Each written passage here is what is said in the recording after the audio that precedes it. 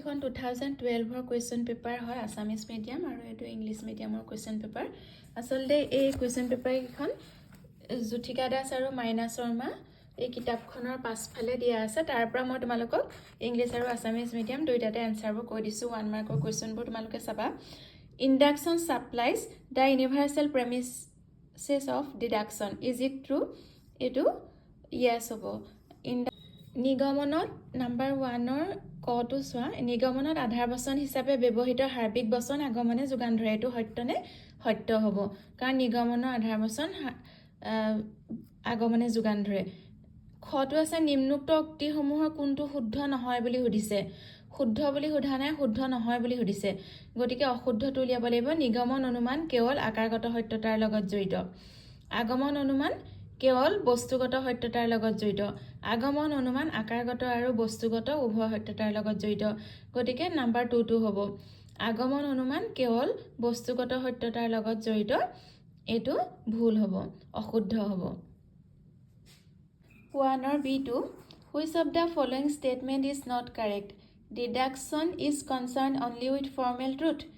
এটো true হয় induction is concerned only with material truth এটো false হয় number 2 to hobo answer to number C2 the conclusion of an unscientific induction is certain is it true the conclusion of an unscientific induction is not certain বুলি লিখিব লাগিব এটো true নহয় false হ'ব গটো আছে অবৈজ্ঞানিক আগমনৰ সিদ্ধান্ত নিশ্চিত এটো সত্যনে অসত্য বুলি লিখিব লাগিব অবৈজ্ঞানিক আগমনৰ সিদ্ধান্ত নিশ্চিত নহয় ঘটো আছে কাৰণ হৈছে সদৰ্থক বা অনুকূল নৰ্থক বা প্ৰতিকূল উপকাৰণৰ সমষ্টি এই উক্তিটো প্ৰকাশ কৰা তৰ্কবিজ্ঞানৰ নাম কি জেএছ মিল হ'ব জন ষ্টুৱাৰ্ট মিল ঘটো answer number D two answer হ'ব name the logician who said cause is the sum total of the condition positive and negative taken together এটো হ'ব জেএছ মিল ই2 hypothesis is a provisional supposition is it true এটো হয় বুলি yes লিখিব লাগিব hypothesis is a provisional supposition it is true প্ৰকল্প হৈছে এক সাময়িক আনুমানিক ধাৰণা এটো সত্যনে সত্য বুলি লিখিব লাগিব প্ৰথম স্তৰটো আছে মিলৰ প্ৰকল্পৰ সংজ্ঞা অনুসৰি প্ৰকল্পৰ প্ৰথম স্তৰটো কি অবজাৰভেশন অফ প্ৰাকৃতিক ঘটনাৱলীৰ নিৰীক্ষণ হেতু হ'ব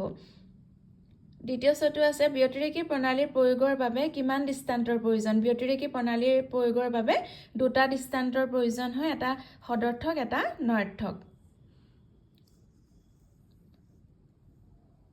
F2 আছে which is the first stage of hypothesis suggested by Mill's definition of hypothesis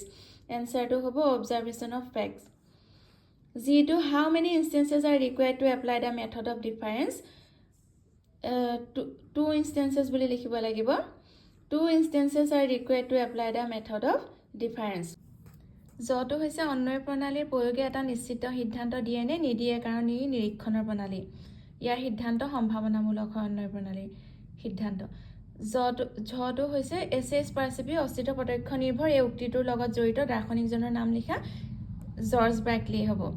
নিয়ত অনৈচ্ছিক ক্ৰিয়াসমূহ নৈতিক বিচাৰৰ বিষয়বস্তু হিচাপে গ্ৰহণ কৰা হয়নে নহয় কাৰণ অনৈচ্ছিক ক্ৰিয়াসমূহত নৈতিক গুণ আৰোপ কৰিব নোৱাৰি Is question 2 does the method of agreement yield a certain conclusion লিখিবলে no লিখিবলে এটো নহয় the conclusion of the method of agreement is probable only because the method of agreement is basically a method of simple observation যেটো write the name of the philosopher associated with the statement essay is percipi George Berkeley হ'ব philosopher জনৰ নাম যেটো are non-voluntary actions regarded as object of moral judgment এটো 2 মাৰ্কছৰ question হ'ব পাৰে তেতিয়া তোমালোকে লিখিব লাগিব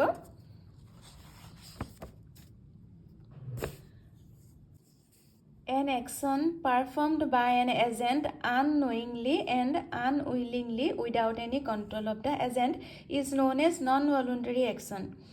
All non-voluntary actions are non-moral